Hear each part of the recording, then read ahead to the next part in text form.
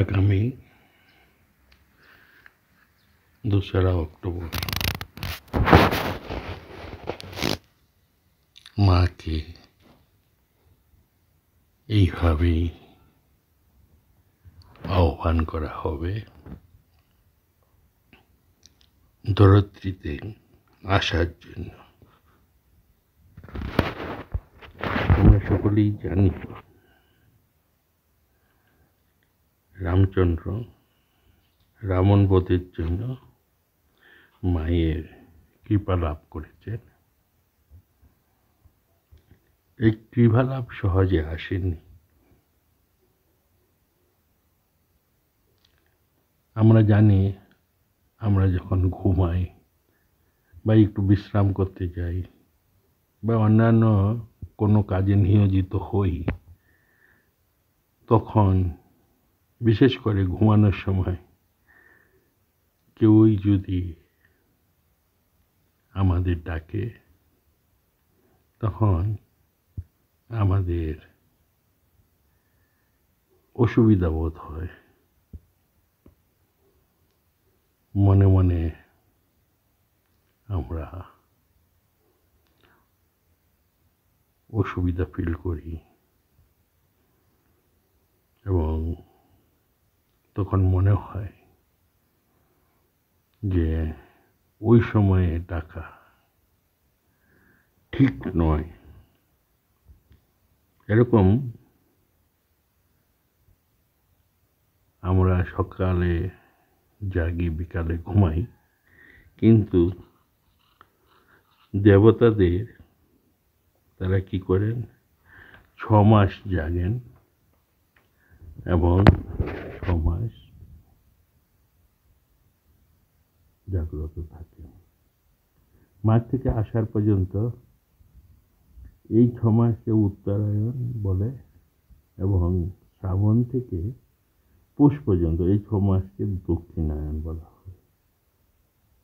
যখন উত্তরায়ণে থাকেন তখন দেবতারা জাগ্রত থাকেন, আর দক্ষিণায়নের সময় মা নিদ্রিত থাকেন। শরৎকাল পরে দক্ষিণায়নের মধ্যে দেবতারা তখন নিদ্রিত থাকেন, তাই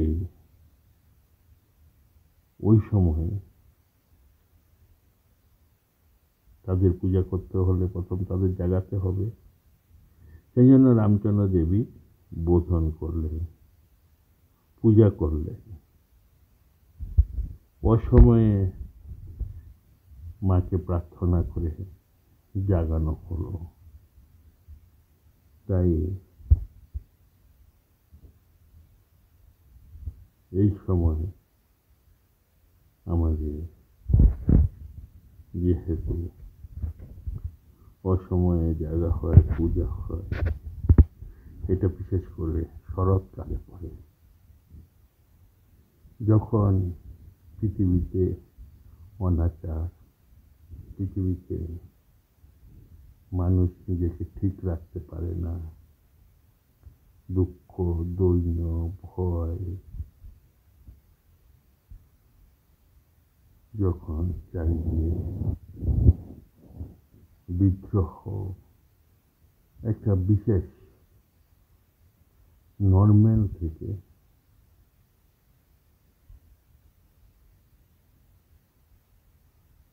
নানা রকম দুর্যোগ ইত্যাদি হয়ে থাকে, তখন মা নিজেকে ঠিক রাখতে পারেন না, তখন মা আবির্ভূত হয়।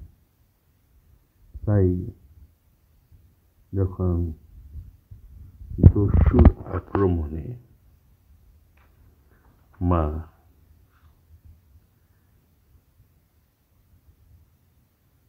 পৃথিবীতে আসেন, তখন মা সকল দেবতারা বিভিন্ন শক্তি দিয়ে মাকে জাগিয়েছেন এবং কিভাবে জাগিয়েছেন আমরা বীরেন্দ্র কৃষ্ণ ভদ্রা থেকে, চণ্ডীপাঠ থেকে আমরা দেখতে পাই, আহ্বান করে থাকি। দেবী প্রপন্নাতি হরে প্রসীদ, প্রসীদ মাতঃ জগৎরক্ষ, প্রসীদ বিশ্বেশ্বরী পাহি, বিশ্বং ত্বমেশ্বরী দেবী চরাচরস্য।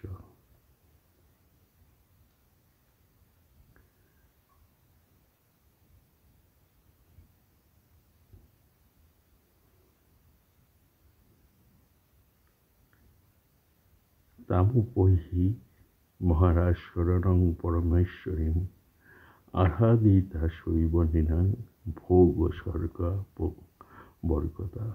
মহারাজ, আপনি সেই ভগবতী পরমেশ্বরীর শরণ গ্রহণ করুন। তিনি আরাধনায় প্রসন্ন হয়ে মানুষকে ভোগ, স্বর্গ ও পুনরাবর্তী মোক্ষ প্রদান করেন। সেই মতো আরাধনা করে ঐশ্বর্যগামী রাজা সুরত অখণ্ড সাম্রাজ্য লাভ করেছিলেন আর বৈরাগ্যবান সমাধি বৈশ্য দুর্লভ জ্ঞান লাভের ফলে মোক্ষপ্রাপ্ত হয়েছিলেন। আজ পর্যন্ত এই আশীর্বাদ স্বরূপ মন্ত্রময় পুস্তকে যারা যারা চণ্ডী পড়েছেন তাদেরই সফল হয়েছে। তাই আমরা মাকে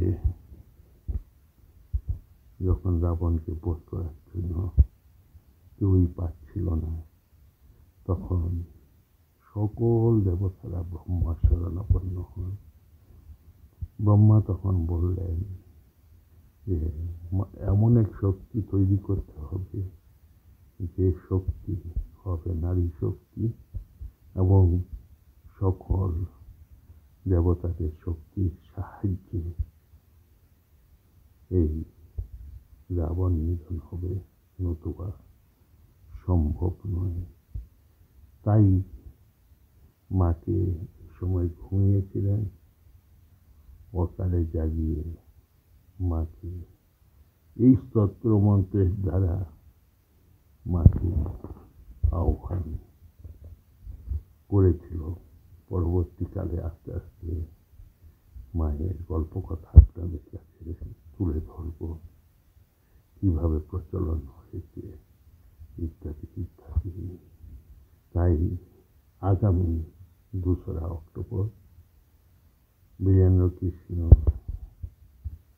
মহাশয়ের মাধ্যমে আমরা সকলে মিলে কেউই গান করে, কেউই চণ্ডী পাঠ করে, কেউই তার স্তোত্রের মাধ্যমে আমরা সকলে মিলে আরাধনা করে থাকি প্রতি বছর এই শরৎকালে। তাই শরৎকালে দুর্গা পূজায় আমরা মাকে কয়েকদিন আমাদের হৃদয়ে স্থান দিতে চাই। তাই শিলং রামকৃষ্ণ মিশন আগামী 2রা অক্টোবর মহালয়ার দিন 9:30 সকাল 9:30 থেকে আমাদের চণ্ডী প্রথম থেকে 13 অধ্যায় পর্যন্ত পুরাটাই সকলে মিলে সমবেত হয়ে মাকে আহ্বান করব। সকলকে জানাই আন্তরিক প্রীতি, শুভেচ্ছা ও ভালোবাসা।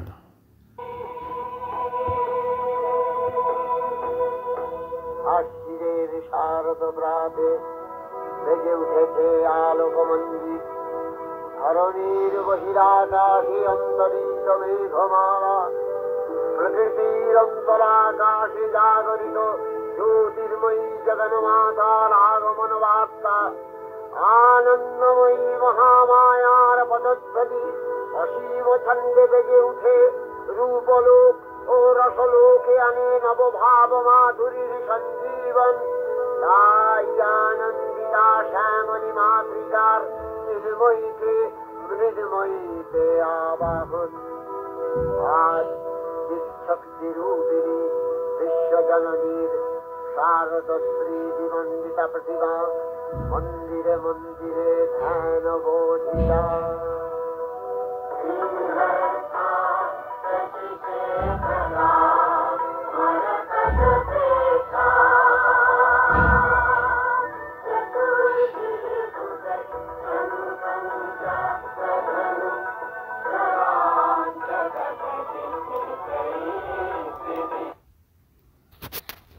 আবার একদিক থেকে আমাদের দেখতে দেখতে ৭৫তম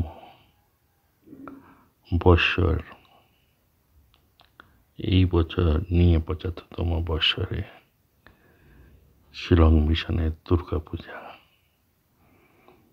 ৭৫তম বর্ষপূর্তি হবে। সকলকে সেই উপলক্ষেও অবগতির জন্য আপনাদের জানাচ্ছি যে এইবার নানা চণ্ডী পাঠের মাধ্যমে এবং বিভিন্ন গীতি আলক্ষ্যের মধ্যে মাকে আহ্বান করা হবে। সপ্তমীতেও একটা প্রোগ্রাম হবে, অনুষ্ঠান হবে। ষষ্ঠীতে আপনাদের সকলকে অনুরোধ করা হচ্ছে দুর্গা মণ্ডপে বিকালে ৪টা থেকে চণ্ডী পাঠ হবে। তাই সকলকে পুনরায় আন্তরিক প্রীতি, শুভেচ্ছা ও ভালোবাসা জানাই।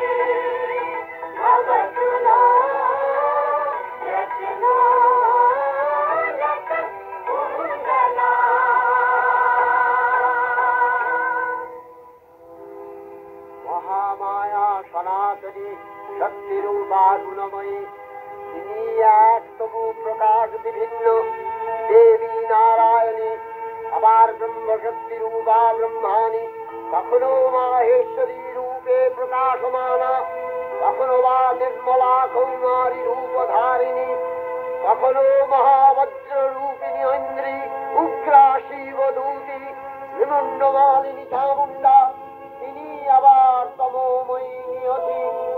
এই সর্বপ্রকাশমানা মহাশক্তি পরমা প্রকৃতি আবির্ভাব হবে সপ্তলোকদায়ী আনন্দমগ্ন।